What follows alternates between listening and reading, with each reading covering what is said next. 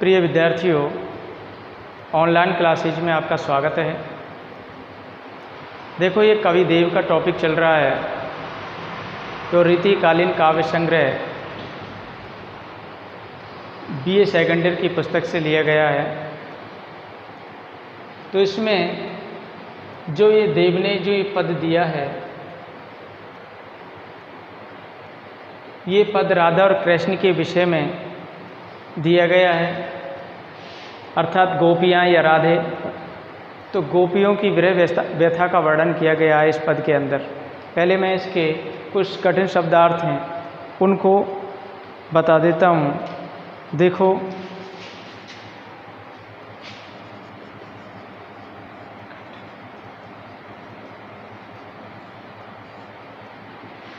शब्दार्थ देखो, इसमें एक शब्द आया रावरो। क्या आया है? दिख रहा है ना?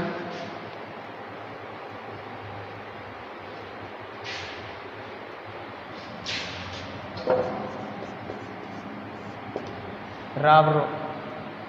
तो देखो, रावरो का मतलब होता है आपका। क्या होता है? आपका। बेननी, बेननी का मतलब होता है वाणी।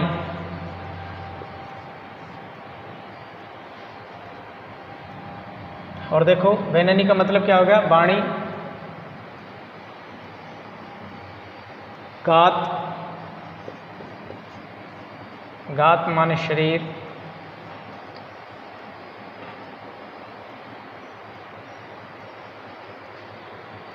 बखानो कहते हैं, बखान करना, किसी का वर्णन करना।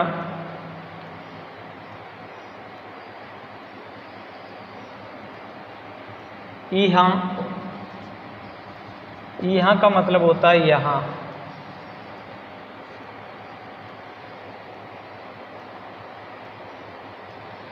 और अन्यतः, अन्यतः का मतलब होता है अन्यत्र। क्या मतलब होता है? अन्यत्र। तो देखो बच्चों, ये जो कठिन शब्द हैं, रावरो, रावरो को मतलब होता है आपका या तुम्हारा। बेननी माने वाणी। बेननी माने क्या है? वाणी। गात माने शरीर। यहाँ माने यहाँ। और अन्यतः, अन्यतः कहते हैं अन्यत्र।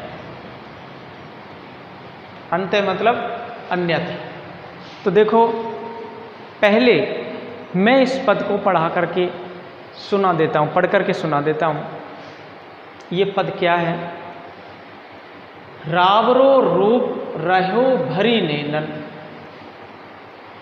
रावरो रूप रहो भरी नैनन, बेननी से रस सो श्रुति सानो। बेननी से रस सो श्रुति सानो, गात में देखत गात तुम्हारे। गात में देखत गात तुम्हारे, बात तुम्हारी बात बखानो। ऊदो आहा हरि सो कहियो। ऊदो आहा हरि सो कहियो, तुम ही न यहाँ यह हो नहीं मानो। तुम ही न यहाँ यह हो नहीं मानो, या तन के बिच्छू रेतो कहा।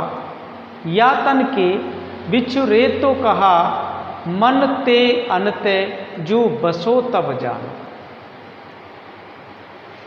हों का अर्थ यह मैं होता है। देखो, ये मैंने शब्दार्थ लिखा है, नहीं था हों।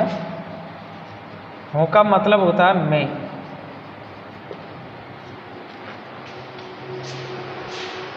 देखो बच्चों,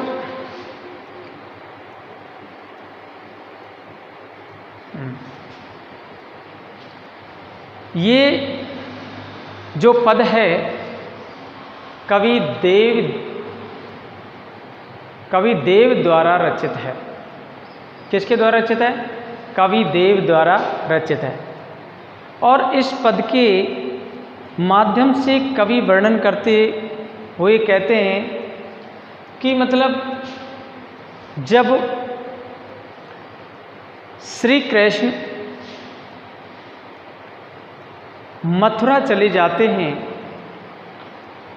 और वापस नहीं आते हैं, जब श्री कृष्ण मथुरा चले जाते हैं और वापस नहीं आते हैं ब्रज में, तो जो ब्रज की गोपिकाएं हैं, नारियां हैं, वो विरह में रहने लग जाती हैं। उनको विरह सताता है, उनको वह वियोग अवस्था में हो जाती हैं, उनको श्री कृष्ण के प्रति वियोग झेलना पड़ता है।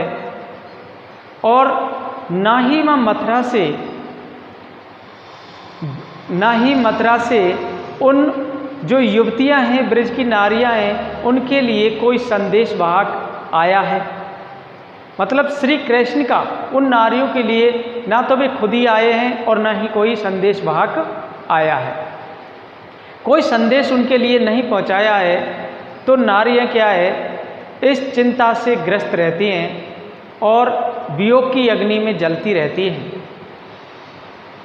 तब श्री कृष्ण उद्धव को ब्रज में इन गोपियों के लिए ज्ञान का उपदेश देने के लिए भेज देते हैं। तो जब इन उद्धव का ज्ञान गोपियों ने सुना, तो गोपियां उसके ज्ञान को सुनकर के तिलमिला उठी। गोपियां उसके ज्ञान को सुनकर के तिलमिला उठी और उस उद्धव को उन्होंने आड़े हाथों लिया, अर्थात उसे खरी खोटी सुनाने लगी। तब कवि देव क्या कहते हैं, सुनो। रावरो रूप रहो बरी नेनन बेनन से रस सो श्रुति सानो। उद्धव के ज्ञान उपदेश का, उद्धव का जो ज्ञान उपदेश है उसको सुनकर गोपियों ने कहा कि हे उद्धव, आप प्रियतम श्री कृष्ण से जाकर के रावरो रूप रहो वर नेनन बेनन से रस श्रुति सानो, आप प्रियतम श्री कृष्ण से जाकर के हमारा ये संदेश दे देना कि आपका जो रूप है, आपका जो रूप सौंदर्य है, उससे हमारे नेत्र पूर्णतः भर गए हैं। आपके रूप सौंदर्य से हमारे नेत्र पूर्णतः भर गए हैं। बेनन से रस सो श्रुतसाना, और आपकी वाणी के रस से भी हमारे जो कान हैं वो भी पूर्णतः भर गए हैं। आपकी वाणी के रस से भी हमारे कान परिपूर्ण हो गए हैं। गात में देखत गात तुम्हारे, बात तुम्हारी बात बखान। और हमारे शरीर में तुम्हारे शरीर की भी झलक दिखाई देती है, अर्थात हमारे शरीर में तुम्हारे शरीर की झलक दिखाई देती है। बात तुम्हारी बात बखानो, और हम सदैव ही केवल तुम्हारी चर्चा करते हैं, अर्थात श्री कृष्ण की चर्चा करते रहते हैं। तो ये बातें सब ब्रज की नारियां उद्धव से कहती हैं। इस प्रकार हमारे अंग प्रत्यंग में आपका जो मधुर रूप है वो बसा हुआ है, रमा हुआ है। ऊदो आहा हरीसो कहिए तुम ही ना यहाँ यह हो नहीं मानो। ब्रज की नारियां उद्धव से कहती हैं कि हे उद्धव, तुम श्री कृष्ण से जाकर के हमारे इस संदेश को पहुंचा देना कि भले ही आप हमसे दूर चले गए हैं, भले ही आप हमसे दूर चले गए हैं और अब हमारे पास नहीं है, तुम ही ना यहाँ हो नहीं मानो। आप हमसे दूर चले गए हैं और आप हमारे पास नहीं हैं, पर हम ऐसा नहीं मानती हैं। ब्रज की नारियां कह रही हैं पर हम ऐसा नहीं मानती हैं, पर इससे क्या हो सकता है। या तन के बिछुरे तो कहा मनते अनते जो बसो तब जानो। इससे क्या फर्क पड़ता है।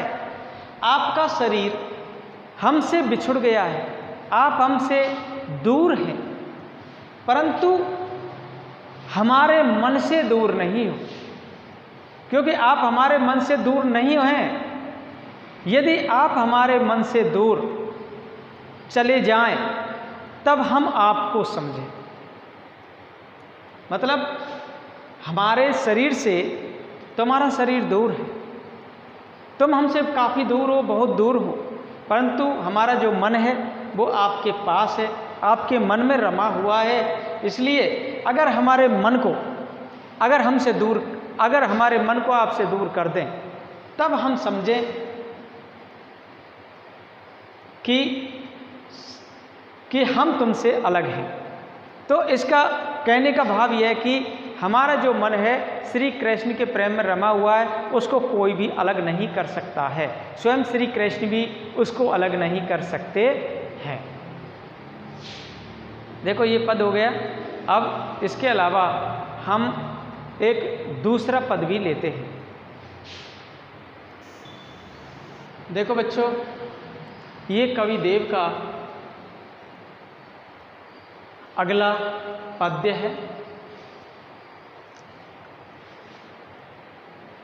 इसमें के जो कठिन शब्दार्थ आए हैं उनको मैं बता देता हूँ। देखो, कठिन शब्द कौन कौन से आए इसके। देखो, तरंगिनी,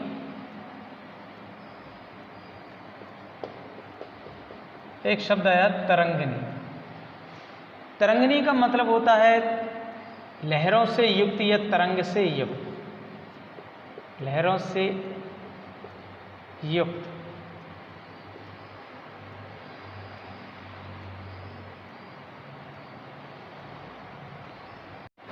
बरंगिनी आया है,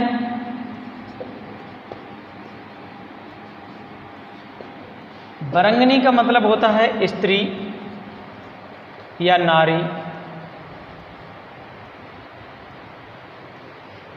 ठाड़ी शब्द आया, ठाड़ी, ठाड़ी का मतलब है खड़ी,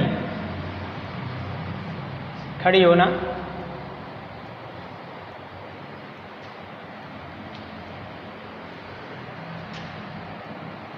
दिवाकर शब्द आया, इसको आप सभी जानते हैं।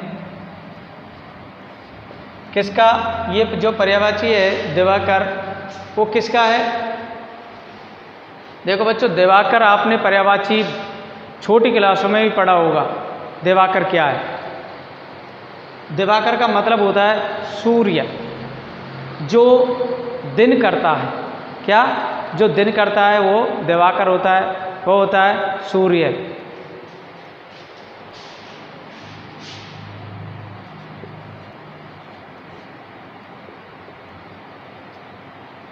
और एक शब्द रह गया बीच में, रूप उदोती।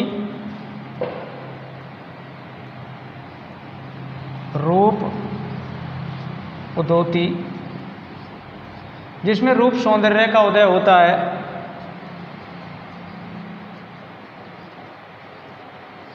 सौंदर्य का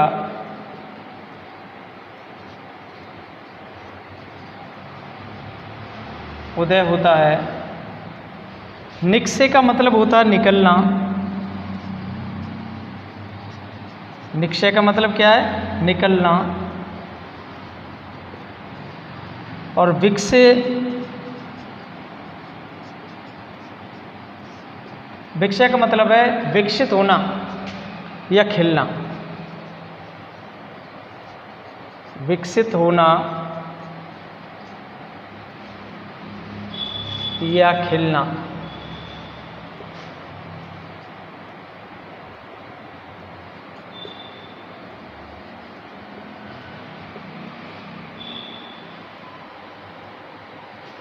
बिजली, बिजली कहते हैं बिजली, झलके माने झलकना। और कंचन, इसको भी आपको पता होगा। कंचन, कंचन का मतलब होता है सोना।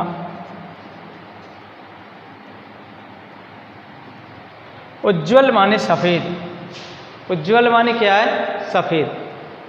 तो देखो बच्चों, ये इसके कठिन शब्दार्थ थे। तरंगिनी, तरंगों से युक्त होना। बरंगिनी, स्त्री, नारी। ठाड़ी मतलब खड़ी। दिवाकर, सूर्य।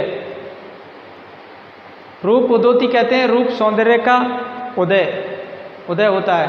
निकसे मतलब निकलना। विकसे का मतलब विकसित होना या खिलना। और कंचन का मतलब होता है सोना। और बिजली, बिजली। झलके मतलब झलकना। उज्ज्वल माने सफ़ेद। तो ये इसके कठिन शब्दार्थ थे। तो ये जो पद है इसको पहले मैं एक बार पढ़ देता हूँ। देखो, गंग तरंगनी बीच बरंगनी। गंग तरंगनी बीच बरंगनी, ठाड़ी करे जप रूप उदोती। गंग तरंगनी बीच बरंगनी, ठाड़ी करे जप रूप उदोती। देव दिवाकर की किरणें, देव दिवाकर की किरणें, निकसे विकसे मुख पंकज ज्योति। नीर भरी निचुरे अलके। अलके मतलब बाल, सिर के। अलके का मतलब क्या होता है? सिर के बाल। नीर भरी निचुरे अलके, छुटी के छलके मनो मांगते मोती। बिजली से झलके लपटे कन, बिजली से झलके लपटे कन, कंचन से अंग उज्ज्वल धोती। तो देखो, ये जो पद है, इस पद में कवि देव ने गंगा में स्नान करती हुई जो स्त्रियां होती हैं, नारियां होती हैं, उनके रूप सौंदर्य का वर्णन किया है। जब गंगा में खड़ी होकर के स्नान करती हैं और सूर्य की किरणें उन पर पड़ती हैं तो उनका रूप सौंदर्य और भी अधिक निखरता हुआ दिखाई देता है। तो देखो, गंग तरंगनी बीच बरंगनी, ठाड़ी करे जब रूप उदोती, ये पंक्ति है। इसमें कवि वर्णन करते हुए कहते हैं कि तरंगों से युक्त गंगा के बीच में, तरंगों से युक्त गंगा के मध्य में नारियां, बरंगनी मतलब नारियां, खड़ी होकर के जप करते हैं। गंगा के बीच में, तरंगों से युक्त गंगा के बीच में नारियां खड़ी होकर के जप करती हैं।